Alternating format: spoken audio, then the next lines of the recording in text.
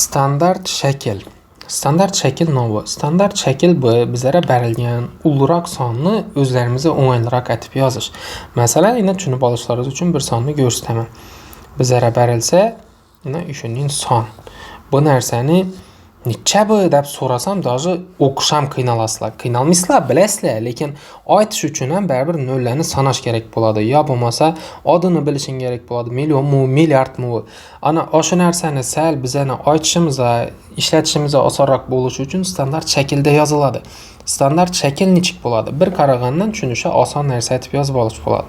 Bu narsaning standart shakli 3 ko'paygan 10 ning nechanchidir darajasi aytib yoziladi. Nechanchi darajasilik esa 3 ni necha dona 10 ga ko'paytirsak, ish son hosil bo'lishina qarab yoziladi. Uni nollarni sonidan bilamiz. 1, 2, 3, 4, 5, 6, 7, 8 dona nol bo'ladigan bo'lsa, demak bu narsa 10 ning 8-darajasi bo'ladi ekan.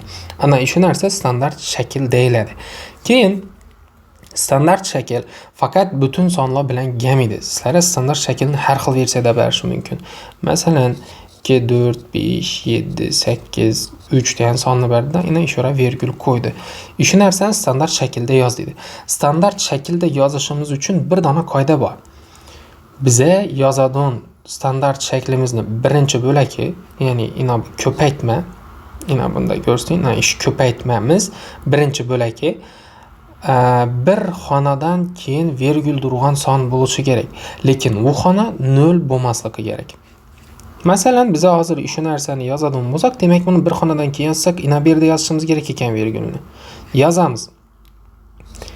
2 butun aytib yozadigan bo'lsak, bize sonni o'zgartirib berdik-ku. Bu son ina bu sona deng bo'lmay qoladi-ku. Bize deng aytmay qo'yishimiz mumkin emas, chunki esa o'rtada tenglik turibdi. Bular bir-birini deng bo'lishi uchun ishlatamiz. Buni yana nolga ko'paytirsak bo'ladi. Bize 2 xona chapa yurganimiz uchun 100 ga ko'paytirsak bo'ladi. Ana 100 ni topib oldik. Shu durishi standart shaklmi desangizlar, shu durishi standart shaklmi desang, yo'q deyman. Nechun? Bu yerda 10 ni darajasi kelishi kerak. Ina 10 ni darajasini ekkish kerak 100 ni. 10 ni darajasini ekkib bilasizlar. Shunda bu narsani biz yozsak bo'ladi. 2 butun degan ko'rinishda yozib bilamiz. Lekin yonida 10 ni ikkinchisi desakkina bu ina endi standart shakla o'tdi. Ana tushunarlimi standart shakl nomi narsaliki? Tushunarli. Asa yana sal boshqacharoq versiyasini ko'ramiz. Masalan, bizlarga bersin 0.0000003 degan sonni bersin. Ina 3 sonni standart shakl akka dedi. Buni standart shakli nechik bo'ladi? Yana sizlarga aytdim qoidani. Bir xonadan keyin virgul tursin dedim. Ha, xo'p, bunda bir xonadan keyin turibdi-ku. Lekin nima dedim? Shu xona 0 bo'lmasin dedim. 1dan 9 gacha bo'lgan raqam bo'lishi kerak. Bu yerda esa 0 turibdi. Esa bir bizlarga to'g'ri kelmaydi. Bera sursak ham to'g'ri kelmaydi. Nerda to'g'ri keladi? Ana 3 dan keyin qo'ysak bizlarga to'g'ri keladi. Esa biza bu sonni yozib olamiz ekan 3.5 deb. Lekin yana endi bularning ikkisini bir-birine deng etib qo'yishimiz kerak bo'ladi. Bularni deng etish uchun nolga qaraymiz. Yana nollarga qaraymiz. Necha xona surdik biza? Boshda bu yerda turadi. 1, 2, 3, 4, 5, 6 xona surgan ekanmiz. 6 xona surgan bo'lsak, biz ham buni nolga deb yozamiz. Agar shu sonni bo'lsang, 10 ni 6-sina deb yoziladi o'zi aslında. 3 sonni 16-sina bo'lsang, bizlara boshda berilgan ina bu son hosil bo'ladi deganidan bu. Lekin biza bu ko'rinishda ham yozib bilmaymiz. Chunki desa, ina bu yerda bo'lish keldi. Bizda standart shaklda o'rta ko'paytirish kelishi kerak. O'rta ko'paytirish kelishi uchun biz nima ishlatamiz? Bo'lishni yo'qotamiz. 3,5 ko'paygan buni bir taqsim etib bersak, ana bu ko'paytirishga keldi. Lekin bu ko'rinishdan biz hali standart shakl etib yozib bilmaymiz. 10 ni darajasi bo'lishi kerak. Unda biz yana bir narsani ishlatamiz. Mahrajda turgan narsa manfiy daraja, minus darajaligini, minus stepen ekanligini ishlatamiz. 3,5 ni ko'paytirsak 10 ni minus 6-sina ana endi standart shaklga kelgan bo'lamiz. Bu standart shakl. Aynan shu sonimiz, yine shu berilgan sonimizning standart shakli yine shu ko'rinishda bo'ladi ekan. Bu standart shakl. İndi standart şəkillərin içində yenə birisini görməyə qaldıq. Bu kəsir sonunun standart şəklini içik buladı degan narsa. Məsələn, bizlərə bərilsin 1/8 degan kəsir. Bu kəsirin standart şəklini içik buladı. Kəsirini standart şəkildə yazışımız üçün faqat onlu kəsirə ötürüş şərt. Onlu kəsirə ötürmündür, biz onu standart şəkildə yaza olmayımız. Əsəm onu onlu kəsir etəmiz. Onlu kəsir etiş üçün yenə qayda qarıyımız. Onlu kəsir buluş üçün kəsirin məxrəcində faqat 10, 100, 1000, milyon, xulas onlu dərəcələri gəlişi gərək. Hazır bunun məxrəcində neçə durdu? 2-nin 3-cüsü durdu ekan.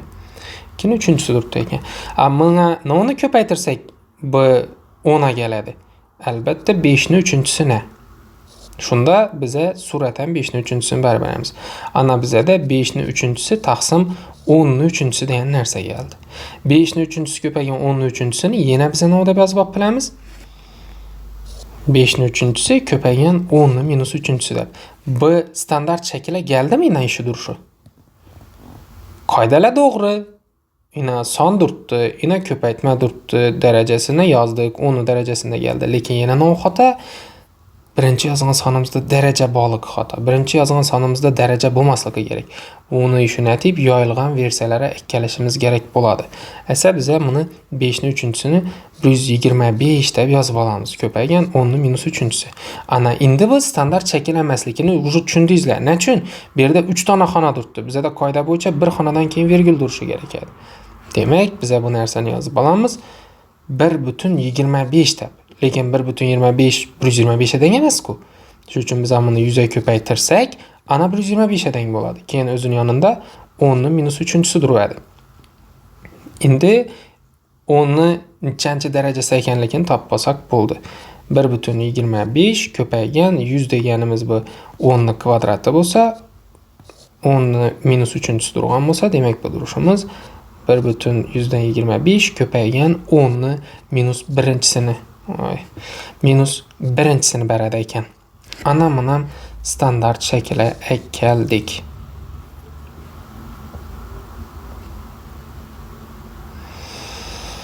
Düşünərlimi?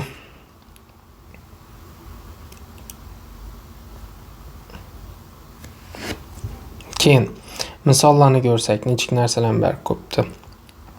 Misallarını görəmiz. Misalda qarasazla dərəcə durdu. Mən yana ilə bir də aytıb ötdüm. Sizlərə dərəcə gəlişi mümkün mən istədim. Əsə dərəcəni yox etiş gerek birdi. Dərəcəni işətib yox etəmiz. Başda bu əcini özünün standart etib yazıb alalı. Bu da yəni 2 köpəyən 10'nun içəncisi. Yəni nölən sananla 1, 2, 3, 4, 5. Şunda 5-incisi ekən. Lakin onam nə olsa durdu? 4-cü dərəcəsi durdu. Demək bunu kaos alt durub 4-cü dərəcəni qoyamız. Ana indi köpəytmə botur bunun dərəcəsi bolsa, hər qaysına 4'nü bəriş gereklikini biləsilər. Şunda 2'ni 4-cüsü köpəyən 10'nun içəncisi bu kitədir. Dərəcəsi yesə bula bir-birinə köpəyib 20-cisini bərəd. Bu standart şəkil əməz. Üçündəsə yenə dərəcə gəldi. Dərəcəni yox etəmiz 2'nin 4-cüsü bu 16. 16 köpəyən 10'nun 20-cisi desək, BAM standart şəkil əməzin üçündəsə bir xanadan keyin vergül duruşu gerekədi.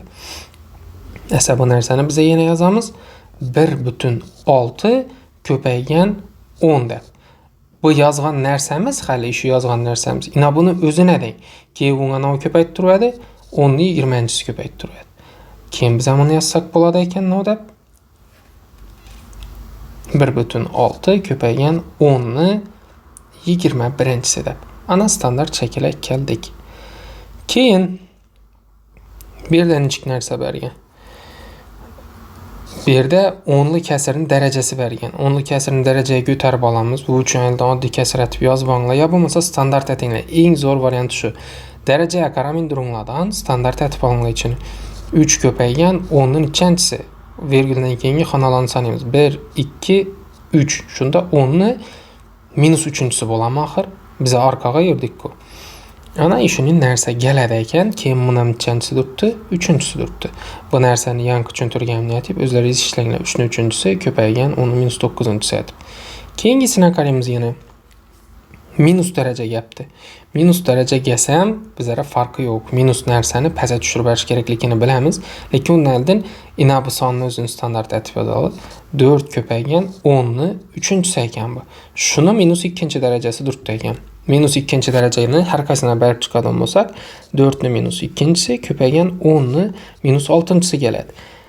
Bu narsamiz standartda ishlatilishi mumkin, lekin bu ishlatilishi mumkin emas. Demak, bu hali standartga kelmabdi. Yana yozamiz. 4 ni minus ikkinchisi degani uni 1 taqsim etib yozib berdi. Ya'ni shunda 1 taqsim 16 ko'paygan 10 ni minus 6-si keladi ekan. Endi kasr keldi. Biz bilamiz, kasr nam standart etib bo'lmaydi. Uni 10 li kasr o'tirish kerak. 1 taqsim 16 ni 2 ko'paytirsak 10 li kasr keladi. 1 taqsim 16 deganing bu 2 ni 4-darajasi bo'ladigan bo'lsa, biz ham uni 5 ni 4-larini ko'paytirib berishimiz kerak bo'ladi ekan. 5 ni 4-larini ko'paytirib bersak,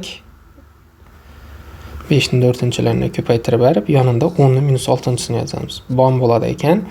5 ni 4-si bu 625 ko'paygan, ina bu narsamiz 10 ni 4-sini bersa, u mahrajda bo'lgani uchun minus bo'lib yuqori chiqsa, 10 ni minus 4-si bo'ladi ekan.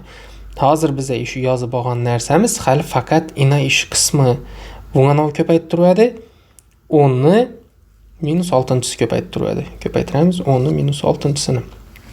Shunda bu narsani biza 625 ko'paygan 10 ni minus 10-si deb yozib bilamiz ekan. Lekin bom hali standart emas. Bizda virgul yo'q. Virgulni 6dan keyin qo'yishimiz kerak bo'lsa, bu narsamiz 6,25 ko'paygan 2 xona surganimiz uchun 10 ni nechanchisi bo'ladi? Ikkinchisi bo'ladi. Ana keyin shunga ko'paytirib turibdi ekan 10 ni minus 10-si. O'rta ko'paytirish bo'lsa, darajalarni qo'shadigan bo'lsak, bu narsamiz 6,25 ko'paygan 10 ni minus 8-si bo'ladi ekan. Ana biza standart shaklga keldik endi. Tushunarlimi? Qiyin ekan, kerakmaydi ekan demanglar. Dim ko'p tushadi u narsalardan. Javobini chiqarib bo'lgandan keyin ham standart shaklda berib qo'ygan bo'ladi odatda testlarda. Shuning uchun bu narsani yaxshilab tushunib olinglar. Keyin bu yerda yana nima narsa bor. Bo'ldi, o'sha bilan tushuntirdim, o'zlaringiz ishlayverasizlar.